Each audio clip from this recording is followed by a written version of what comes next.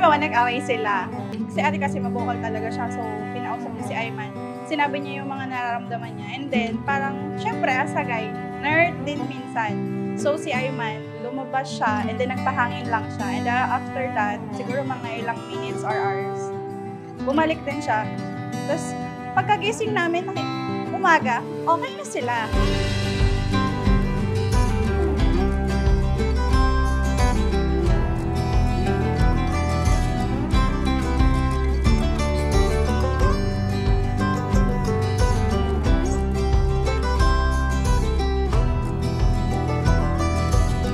11 years and 7 months to be exact nung nagsimula yung on and off na relationship natin.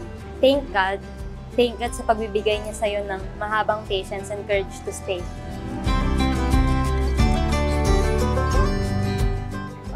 Minsan, si Aileen, siyempre, masungit.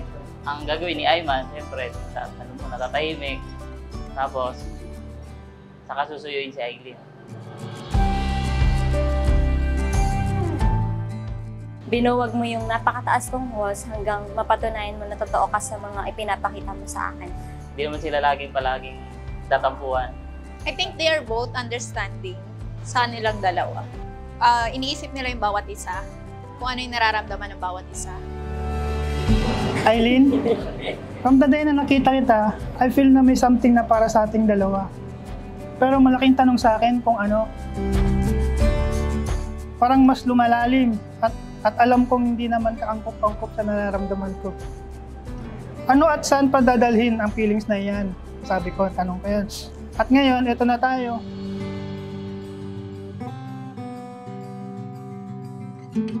Nagkakala siya sa school.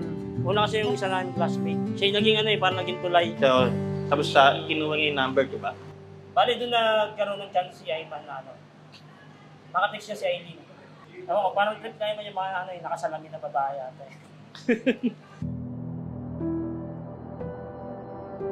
Thank you for giving me that assurance whenever I'm asking you if sure ka pa sa akin. Aileen, as long as kaya ko, ay ibibigay ko. Kahit mawalan man ako.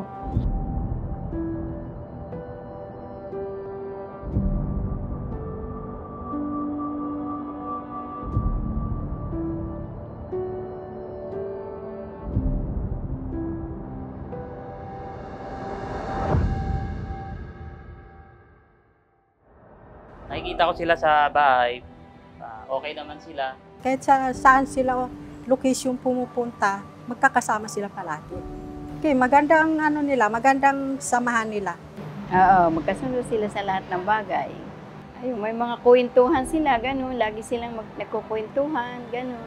Si Ayman ay napakabait na bata. Even though na magkaiba sila ng religion, ay na-a-adapt niya naman. Dahil nga nagka-text-text sila, doon na nagkakatamaan ng loob ng dalawa.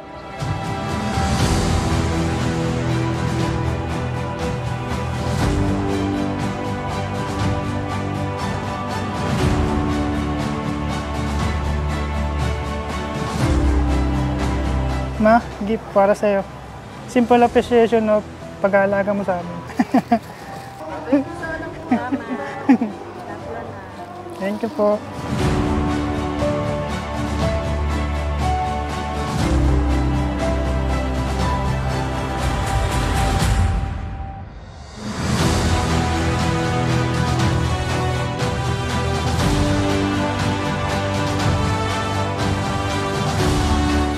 Sana mag-insa kayo, masaya kayo palagi.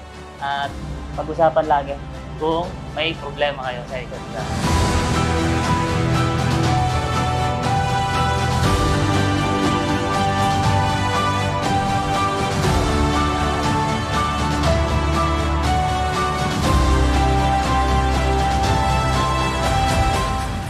Kasi medyo maiksi yung patience niya.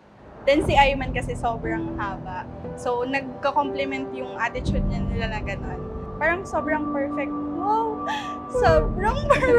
Sobrang perfect nila as a couple talaga. Kitang-kita ko naman na mahal nila yung isa't isa.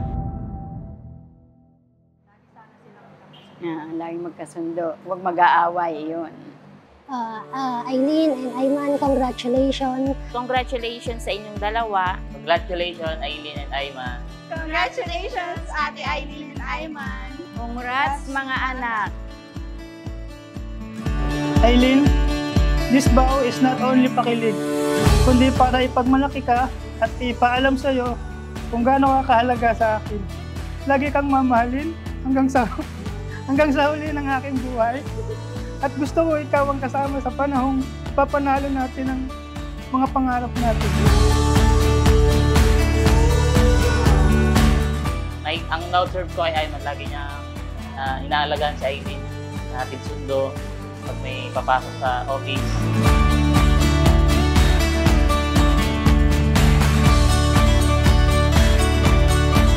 I know we were meant to be together until our last breath. No signs will be sufficient para magsabing hindi tayo pwede para sa isa't isa.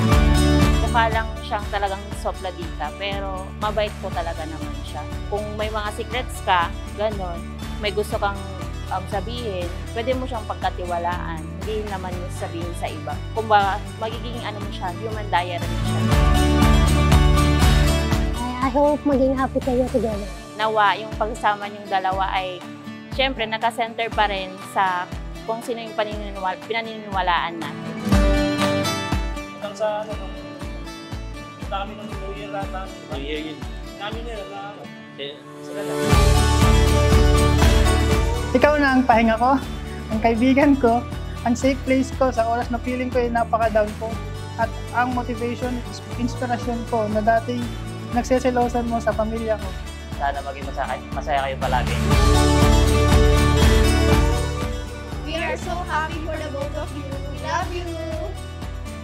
Not everything will be easy, pero I know with the help of God, making our decisions based on our individual's beliefs, things will be easier and more comforting. Tandaan mo, I will always choose you, tayo.